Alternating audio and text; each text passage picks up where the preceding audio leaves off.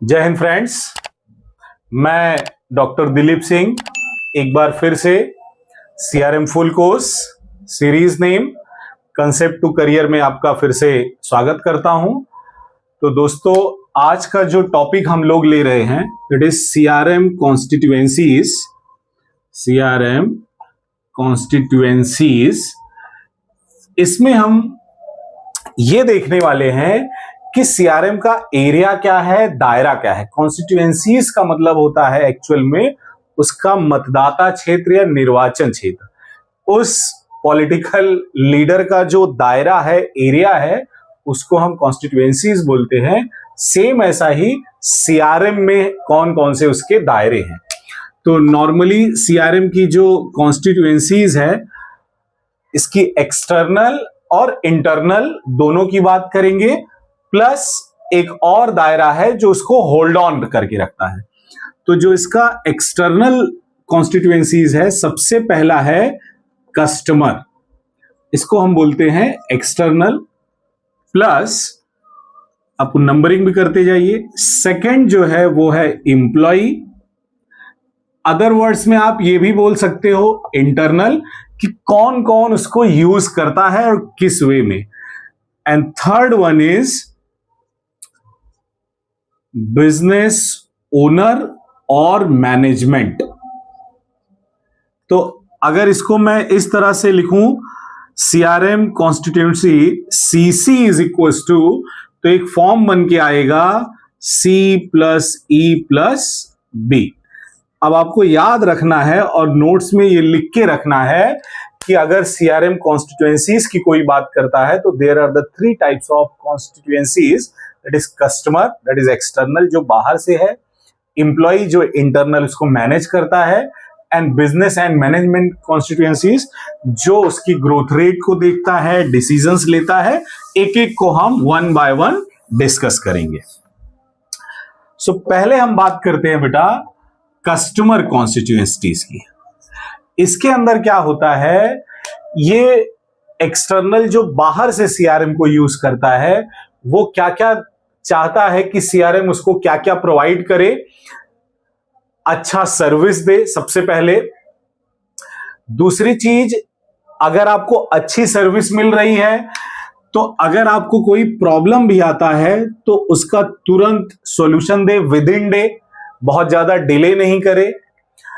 अगर customer satisfied है तो ऑब्वियसली आपके पास ही वो रिटेन करेगा, और ये सारी चीजें कौन करके देगा, वो सीआरएम करके देगा। दूसरी एक और चीज ये होती है,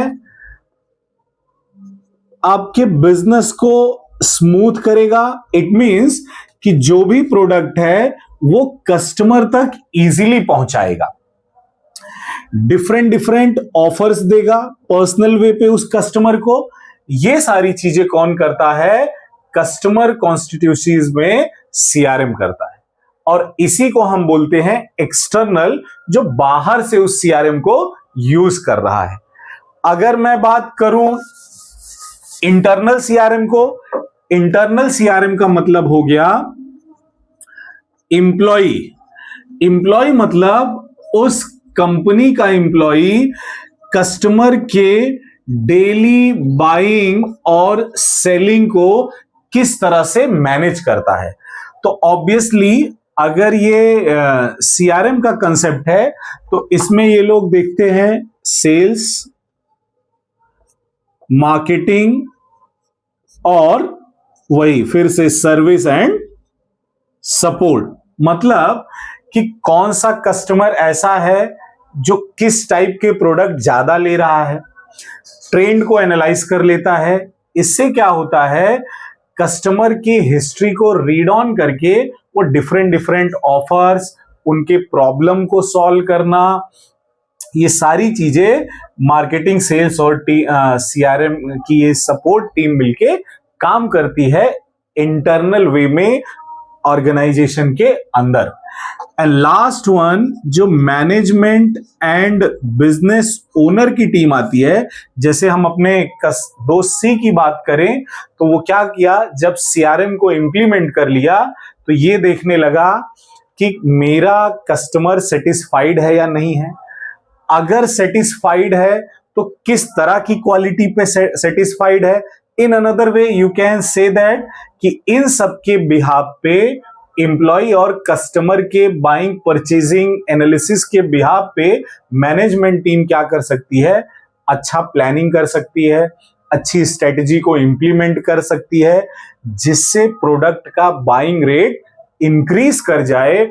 और अल्टीमेटली सीआरएम कॉन्स्टिट्यूशंस का मेन एम ये है कि कैसे बिजनेस के रिवेन्यू को बढ़ाया जाए।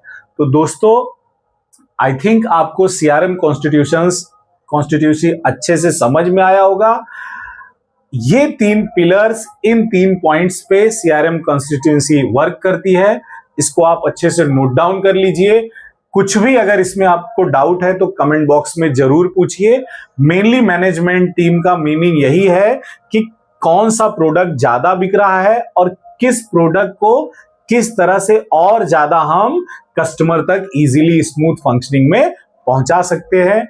आज के इस वीडियो में हम केवल सीआरएम कॉन्स्टिट्यूशन की ही बात करेंगे। नेक्स्ट लेक्चर में हम लोग इससे अलग कुछ टॉपिक लेके आएंगे। आज के लेक्चर में बस इतना ही। फिर से मेरा अपने जो बच्चे हैं, स्टूडेंट्स हैं, उनसे रिक्वेस्ट है कि अगर अभी तक आपने चैनल को सब्सक्राइब नहीं किया हुआ है, लाइक नहीं किया हुआ है, आप उसको कमेंट नहीं कर रहे हैं, तो मेरा आप लोगों से रिक्वेस्ट है कि बेल आइकॉन को जाके प्रेस करें, जिससे आपको नए नए नोटिफिकेशंस लेक्चर्स के मिलते रहें। Thank you.